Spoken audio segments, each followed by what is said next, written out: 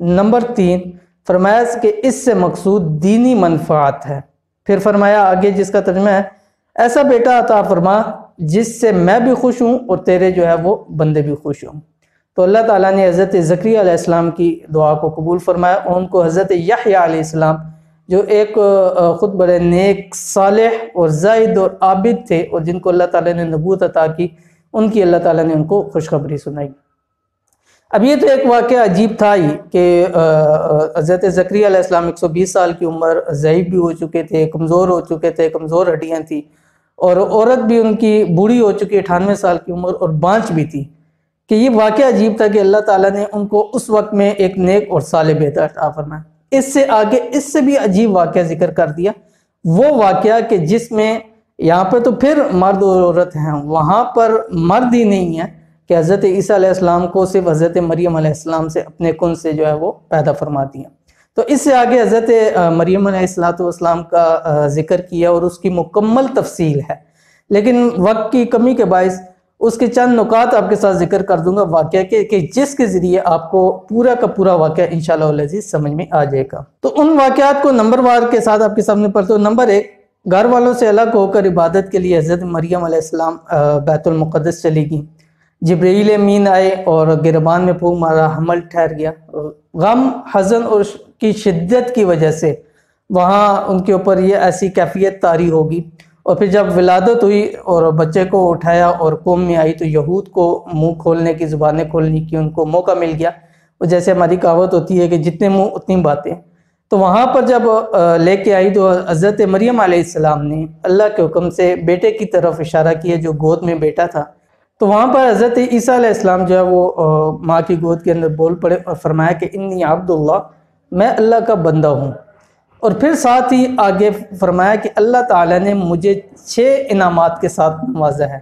6 اللہ تعالیٰ نے مجھے انعامات دی ہیں، ان کا ذکر کیا۔ ان کا ترجمہ اس طرح، نمبر 1 کہ فرمایا کہ میں بندہ ہوں رب کا، نہ کہ اس کا بیٹا ہوں۔ نمبر 2، وحی نبوت مجھے عطا کی گئی۔ نمبر 3، مجھے مبارک بنایا، میرا وجود باعث برکت اور رحمت ہے۔ نمبر 4 فرمایا کہ مجھے دوسرے انبیاء کی طرح شرعی اور عبادات کا مکلف بنایا، خاص نماز اور روزے کا، اور خاص نماز اور زکوٰۃ کا اس کے اندر حکم ہے۔ آگے فرمایا کہ میں اپنی والدہ کا فرمانبردار ہوں، میری طبیعت تواضع ہے، یعنی میری عاجزی والی طبیعت ہے، کبر اور غرور میرے اندر نہیں ہے۔ اور نمبر 6 فرمایا مجھے دنیا اور آخرت میں امن و سلامتی کی خوشخبری سنائی کی ہے۔ تو یہ وہ واقعہ تھا پورا کہ جب ہوا اور کس طرح ہوگا، یہ پوری ایک تفصیل ہے۔ میں نے آپ کے ساتھ میں 6 نکات ذکر کر دی، انشاءاللہ العزیز ان 6 نکات کو ملائیں گے آپ کو پورا واقعہ جو ہے وہ سمجھ میں آ جائے گا، ٹھیک ہے۔ تو آگے اس کے بعد جب یہ حضرت مریم علیہ السلام کا واقعہ مکمل ہو گیا تو اس سے آگے پھر حضرت ابراہیم علیہ السلام کا واقعہ یہاں سے شروع کر دیا کہ وہ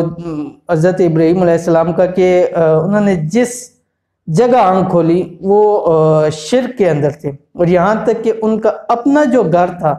وہاں سے ہی شرک کی ابتدا تھی، کیونکہ آنکھ کھولی تو باپ ان کا شرک تھا جو بت بناتا تھا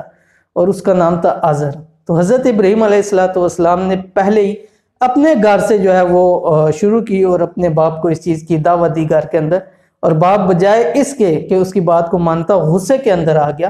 اور حضرت ابراہیم علیہ السلام کو دھمکیاں دینی شروع کر دی، اور جس کو قرآن مجید کے اندر اللہ تعالیٰ نے نقل کیا، جس کا ترجمہ یہ ہے اگر تم باز نہ آئے تو میں تمہیں سنسار کر دوں گا اور تم مجھ سے ایک طویل مدت کے لیے دور چلے جاؤ۔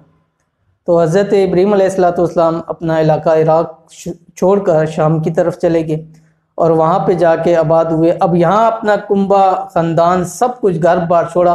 اس کے بدلے میں اللہ تعالیٰ نے اللہ کے حکم سے ہجرت کی۔ وہاں پہ اللہ تعالیٰ نے اس سے بہتر خاندان عطا کیا، بیٹے عطا کیے جو حضرت اسماعیل، حضرت اسحاق، حضرت یعقوب کہ ایک خاندان نبوت ان کی طرف سے چل پڑا۔ تو اللہ تعالیٰ نے یہ ان کو ایک دی جب وہ اپنے ایمان کے اوپر استقامت ہے، اور ہر پارے کے اندر دیکھ لیں اس چیز کی اللہ تعالیٰ نے اشارہ فرمائی ہے کہ جب بھی کوئی بھی ایمان کا دعویٰ کرتا ہے پھر اس کے اوپر استقامت ہونی چاہیے، پھر کچھ بھی ہو جائے اللہ کے حکم سے سب کچھ لٹا دو، جیسے صحابہ کرام رضوان اللہ تعالیٰ علیہ مجمعین کی زندگی ابھی ہمارے سامنے ہے کہ سب کچھ لٹا دیا اور ان کو اللہ تعالیٰ نے ایمان کا معیار بنا دیا۔ تو اسی طرح ابراہیم علیہ السلام نے جب سب کچھ لٹا دیا تو اللہ رب العالمین نے ان کے لیے ایک خاندان نبوت آگے شروع کر دیا۔ اس کے بعد حضرت موسیٰ ہارون علیہ السلام کا ذکر کیا، حضرت اسماعیل و ادریس کا ذکر کر دیا، اور اسی طرح ان کے بارے میں بتایا کہ ان کے جو پیچھے لوگ رہ گئے تھے انہوں نے جو ہے وہ دین کا راستہ چھوڑ کے شہوات پرستی اور خواہشات کے اوپر زندگی کو گزارنا شروع کر دیا۔ سورت کے اختتام کے اندر فرمایا کہ مومنوں کے لیے اللہ تعالیٰ دلوں میں محبت پیدا فرما دے گا، اور جو مجرم ہیں ان مجرموں کو پہلے مجرموں کی طرح اللہ تعالیٰ ہلاک کرے گا۔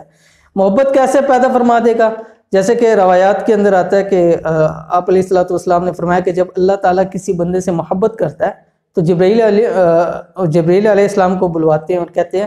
کہ میں اس شخص سے محبت کرتا ہوں، تم بھی اس شخص سے محبت کرو۔ جبرائیل علیہ السلام پورے آسمان کے اندر منادی فرما دیتے ہیں کہ اس شخص سے اللہ محبت کرتا ہے، تم بھی اس سے محبت کرو۔ زمین کے اندر اللہ تعالیٰ لوگوں کے دلوں میں ڈال دیتے کہ اس شخص سے محبت کرو۔ اسی طرح جب کوئی انسان گناہوں کے اندر پڑ جاتا ہے، نفرت ہوتی ہے، تو اللہ تعالیٰ جبرائیل علیہ السلام کو بلا کے فرماتے ہیں کہ میں اس شخص سے نفرت کرتا ہوں، تم بھی اس شخص سے نفرت کرو۔ پھر وہ پورے آسمان کے اندر کہتے ہیں کہ تم اس شخص سے نفرت کرو، یہاں تک کہ زمین والوں کو بھی حکم ہو جاتا ہے کہ ان سے نفرت کرو۔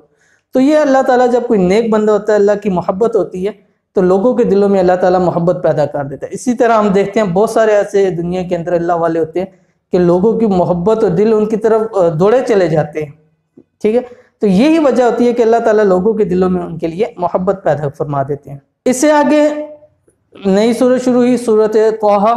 سورت طٰہٰ یہ مکی سورت ہے، اس کے اندر کل 135 آیات ہے۔ وجہ تسمیہ یہ ہے کہ طٰہٰ نبی کریم صلی اللہ علیہ وسلم کا صفاتی نام ہے، اور اس سورت کے شروع میں ہی اللہ تعالیٰ نے آپ علیہ السلام کو آپ کی صفاتی نام سے پکارا اور فرمایا کہ جس کا ترجمہ یہ ہے، ہم نے آپ پر قرآن اس لیے نہیں اتارا کہ آپ مشقت میں پڑ جائیں، ٹھیک ہے۔ اس کی پوری یہ ہے کہ آپ علیہ السلام قرآن کو یاد کرنے عبادات میں اپنے لیے مشقت پیدا کر لیتے، اور زیادہ سے زیادہ اس چیز کے اوپر اگر کوئی دعوت اللہ تعالیٰ کی طرف سے آ جاتی کہ لوگوں تک پہنچاؤ، تو ہر ایک کے دروازے پہ ہر تک پہنچانے میں تگ و دو اور زیادہ اپنے لیے مشقت پیدا فرماتے تھے۔ تو اللہ تعالیٰ نے فرمایا کہ ہم نے اس لیے نازل نہیں کیا کہ آپ مشقت کے اندر پڑ جائیں۔ سورت طٰہٰ یہ سورہ مریم کے بعد نازل ہوئی۔ دونوں صورتوں کے درمیان مضمون کے اعتبار سے واضح مناسبت پائی جاتی ہے۔ کیسے؟ کہ حضرت موسیٰ علیہ السلام کا قصہ سورت اس کے اندر طٰہٰ کے اندر، تو سورہ مریم میں اجمالی طور پہ ذکر کر دیا، اور حضرت موسیٰ علیہ السلام کا سب سے تفصیلی قصہ اس سورت طٰہٰ کے اندر ہے کہ تقریباً اگر 135 آیات ہیں تو تقریباً 70 آیات کے اوپر، یعنی 70% آیات کے اوپر حضرت موسیٰ علیہ السلام کا قصے کو ذکر کیا، اور فرمایا کہ حضرت آدم علیہ السلام کا قصہ سورہ مریم میں ہے، تو یہاں بھی اللہ تعالیٰ نے ان کے قصے کو ذکر فرمایا۔ اس کے بعد اس سورت کے اندر اللہ تعالیٰ نے اپنی بعض صفات بیان فرمائی تاکہ آپ علیہ السلام کے لیے کہ ان کی قلبی اطمینان ہو جائے کہ وہ میری حفاظت کرے گا، مجھے کسی حال میں نہیں چھوڑے گا، کیونکہ ظاہر بات ہے کہ ہر طرف سے مشرکین تھے، یہود تھے، ہر طرف سے آپ علیہ السلام کے لیے وہ لوگ تنگی اور پریشانی کا باعث بنتے تھے۔ تو اللہ تعالیٰ جہاں پر حکم دیتے تھے قرآن کے اندر، وہاں پہ آپ علیہ السلام کو تسلیاں بھی دیتے تھے، اور اسی تسلی کی نسبت سے یہ سورت حضرت موسیٰ علیہ السلام کا فرعون کے ساتھ کہ کتنا ظالم اور جابر تھا، اللہ تعالیٰ نے کیسے ان کی حفاظت فرمائی، ان کے سامنے قوم فرعون کو ہلاک کر دی اور پوری کی پوری قوم کو لے کے وہاں سے نکل گئے۔ تو یہ آپ علیہ السلام کی تسلی کے لیے پورا اللہ تعالیٰ نے یہاں پہ اس واقعے کو ذکر فرما دیا۔ اب یہاں پر بھی میں نے جیسے بتلایا کہ تقریباً 70% آیات کے اوپر موسیٰ علیہ السلام اور فرعون کا واقعہ ذکر ہے، تو کوشش یہی ہے کہ مختصر بیان ہو۔ تو جیسے ہم نے حضرت مریم علیہ السلام کا جو واقعہ تھا اس کو پوائنٹ آف کی ہم نے بیان کر دیا، انشاءاللہ اس کو بھی پوائنٹس کے ساتھ بیان کر دیں گے تاکہ پورا کا پورا واقعہ میں سمجھ میں بھی آ جائے اور وقت بھی جو ہے وہ کم سے کم لگے۔ اس کے اندر جو موسیٰ علیہ السلام کے واقعات ہیں ان کو ہم نے پوائنٹ آف کیے ہیں، ان کے کچھ پوائنٹ آپ کے سامنے ذکر کرتے ہیں، جو اس میں ہوئے مختصر طور پہ آپ کے سامنے ذکر کر دیتے ہیں۔ نمبر 1 کہ موسیٰ علیہ السلام کو اللہ تعالیٰ سے ہم کلامی ہوئی، اور اسی طرح آپ کو اور آپ کے بھائی کو جو ہے وہ فرعون کی طرف بھیجا گیا کہ جا کے اس کو دعوت دیجئے، اور یہاں یہ بھی خاص طور پر ذکر کیا گیا کہ اس کے ساتھ موعظہ حسنہ کے اصول کے طور پر، یعنی اچھے طریقے کے ساتھ اس سے بات کرو۔ آگے فرمایا کہ فرعون کے جب گئے تو فرعون نے مقابلے کے لیے جادوگروں کو بلا لیا، وہاں پہ موسیٰ علیہ السلام کو فتح نصیب ہوئی، جتنے جادوگر تھے وہ ایمان لے کر آگے، راتوں رات اپنی قوم کو لے کے وہاں سے مصر سے جو ہے وہ نکل گئے۔ فرعون پیچھے گیا اور اللہ تعالیٰ نے اس کو بما لاؤ لشکر کے وہاں پہ اس کو ہلاک کر دیا۔ پھر اسی طرح جب گئے اور وہاں پہ رہنے لگ پڑے، اور ظاہرہ زندگی گزارنے کے لیے کچھ اصول چاہیے تھے، اللہ تعالیٰ نے کوہ طور کے اوپر بلایا، 40 روزے رکھے، وہاں پر اللہ تعالیٰ نے ان کو کوہ طور پہ تورات عطا کی، اور یہاں پہ پیچھے وہ جو سامری جادوگر تھا اس نے بچڑا بنایا، قوم کو جو ہے اس کی عبادت کے اوپر لگا دیا۔ اب واپس موسیٰ علیہ السلام آئے تو اپنے بھائی ہارون پر غصہ ہو گئے کہ میرے جانے کے بعد قوم جو ہے وہ بچڑے کی عبادت کے پیچھے لگ پڑی ہے۔ تو یہ سارا پورا واقعہ، پوری چیز میں نے آپ کے سامنے کچھ پوائنٹس بتا دیے، کیونکہ اتنے ٹائم نہیں ہے، اگر ان کو لینے شروع کر دیں تو بہت زیادہ لمبا ٹائم ہو جائے گا، تو یہ مختصراً آپ کے سامنے اس کو ذکر کر دیا۔ اس کے بعد اللہ تعالیٰ نے اسی صورت کے آخر میں بتایا کہ انسان جو ہے وہ بھول چوک اس کی فطرت کے اندر ہے، اور اس بھول چوک میں حضرت آدم علیہ السلام کا واقعہ ذکر کیا، اور اس کے ساتھ ابلیس کا بھی اللہ تعالیٰ نے وہاں پہ ذکر کر دیا۔ اور اس سورت کے آخر کے اندر 2 چیزیں اللہ تعالیٰ نے فرمائی، ایک جو لوگ قرآن سے اعراض کرتے ہیں ان کے لیے عذاب کا، لوگوں کے اس وقت کے لوگ جو ایمان نہیں لاتے تھے ان کے لیے کہا گیا کہ تم منتظر رہو اس عذاب کے، جس کا ترجمہ میں آپ کے سامنے دونوں آیتوں کا رکھ دیتا ہوں تاکہ ہمیں پتہ چل جائے کہ کوئی شخص قرآن سے اعراض کرتا ہے تو اللہ تعالیٰ نے اس کے لیے کیا حکم دیا، جس کا ترجمہ یہ ہے کہ فرمایا جو لوگ قرآن سے اعراض کرتے ہیں ان کے لیے وعید ہے، ان کی زندگی تنگ ہو جائے گی۔ دیکھیں سب سے بڑا بتلایا کہ قرآن سے اعراض کرنے والوں کی زندگی تنگ ہو جائے گی، قیامت کے دن اندھا کر کے اٹھایا جائے گا جو لوگ قرآن سے اعراض کرتے ہیں۔